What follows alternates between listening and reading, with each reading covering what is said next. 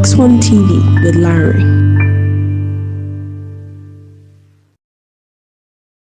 So they never say happy birthday too early. In bad luck, it's a Russia. No, not in Nigeria. Happy birthday. So you can't do happy birthday in advance. You can't do like bro, but LLYP. GGMUB. What's that one? God go make you bigger. Very weird abbreviation. Bro, I beg, that one is nonsense. Joe. Not here in Nigeria, sure. Yeah. All the best to them. Don't place two mirrors opposite each other. Why? Because blue. Opens a doorway for the devil. That's a bloody lie. For us that want to check the back of our hair, is it not? Yes, is it not? We'll look at our back from, bro. That's a lie. Not to the devil. So now mirror be pathway like this. Attire. Human beings are not pathway. This mirror that is not pathway to the devil. Wahala. Then let's try. So never stick your chopstick straight up. That one is definitely Japan. We don't use chopstick. I can't relate. I can't even, why would I use chopstick? We don't use chopstick. Make I use your I can't relate. I can't relate. I'm sorry. I can't relate. That's why, because the utensils look like the unlucky number 4. In Japan, they don't like the number 4. Those people. Bad luck. Number 4. Well, when they are reading the alphabets, they have 1, 2, 3, 4. Like, who was supposed to skip it now and say 1, 2, 3, 5? Problem to want here, you don't bother me cooking. Or I say it's just plain rude. Okay, noted. Wahala. I know use chopstick. I don't know how to use Maybe it. today we go to China. It will come in handy. Even if you've not learned how to use it, is it when you get it that you now want to use it? I don't know. Go and learn it now if you want to go to China. No, I'm not going to China. Okay. Give a penny if you receive something sharp. Even anything with blade supposedly sever a relationship. So if you receive a knife set or a pair of scissors at the present, person a coin. Basically not in Nigeria where we even spend coin. I don't even know. I know. Apart from that, I mean, people give gifts to people depending on how. For instance, if I'm just moving into a new apartment, a set of cutlery, a set of these knives that have different sizes and all of that is probably a gift that somebody would want to give me. Not necessarily because I think basically because they think it is something that will come in handy in the house. So I'm not sure. I'm looking for coin up and down. Nah, it doesn't follow. Yeah. Don't go right home after a funeral. What do you know what to do? It's a Filipino tradition called pag. And it is that people never go straight back to the house after a week. Otherwise, the past week might tag along and come inside. So where should they go to a bar? The past week to now be there inside the bar. Or they should continue taking a drive. So mothers will make a stop at a restaurant or store first just in case. So the spirit that followed you to the store or the restaurant cannot follow you to the house. Exactly. Now, if na spirit when they get you, it go just lemoyo. I don't know. Whistling indoors invites people. Oh, I've heard about something similar. I think it was whistling at all can call out snakes. Yeah. There's this video I watched. When snakes in the Sokewe thing was rampant early this year. So there was when a particular celebrity died, so they had to call a whistler. Yeah. So all those, it had a kind of. So I think that was when I really believed that superstitious this thing. They call snake whisperers. Yeah, because when I was growing up, our fence does not have plaster. What they call it, it still had holes inside it. So when I'm out by the window, I'm usually whistling. I don't know how to whistle, but I wish I always want to by fire. My popsy would just be like, "Boss,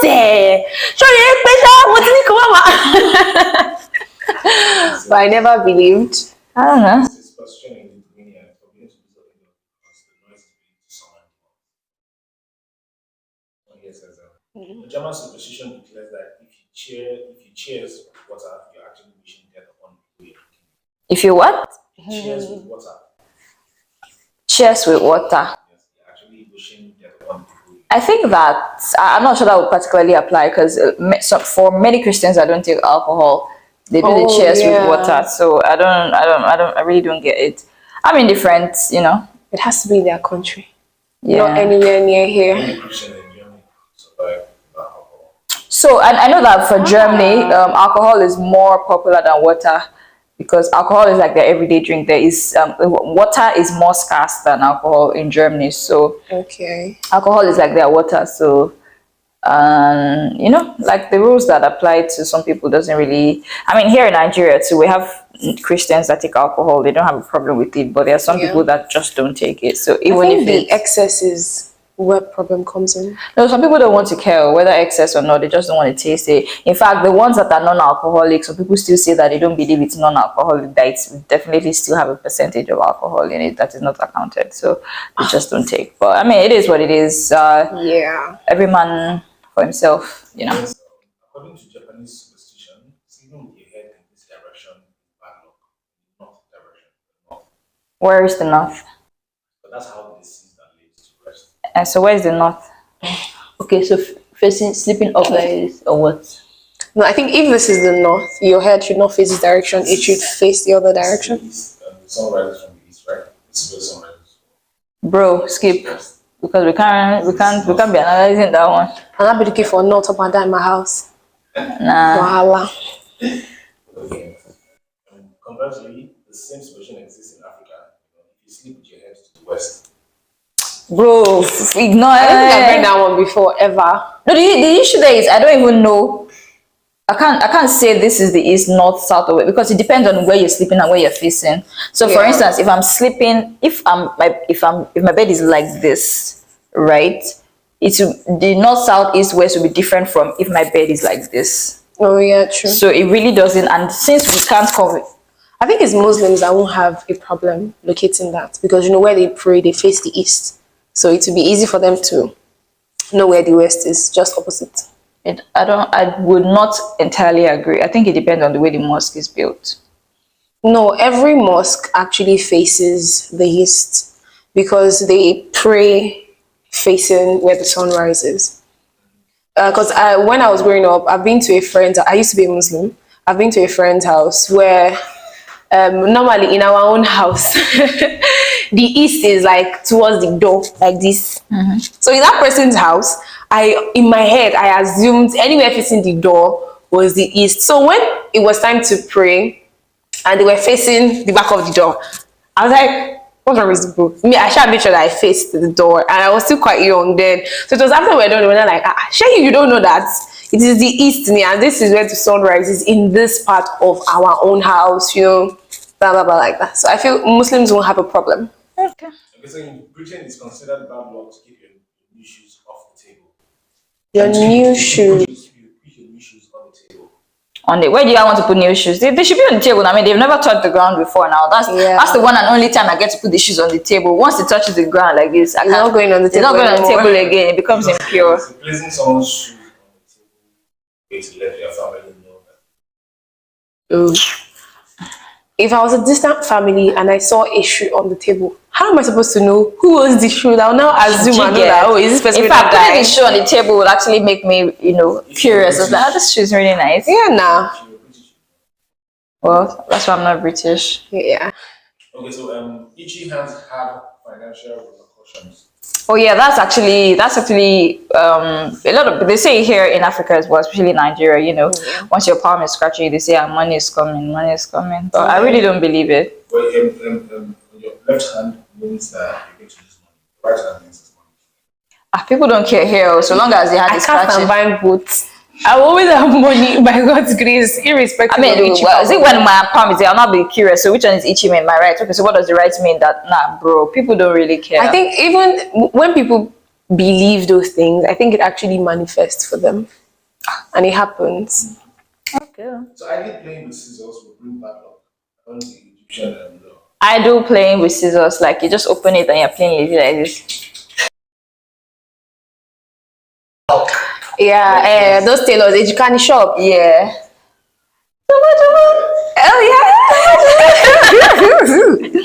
I feel like then those ones should have more bad luck than any other person. But I really don't think it's a big deal, really, because even children play with scissors, And sometimes some people just get carried away, and then they're just enjoying the. I don't think it follows on.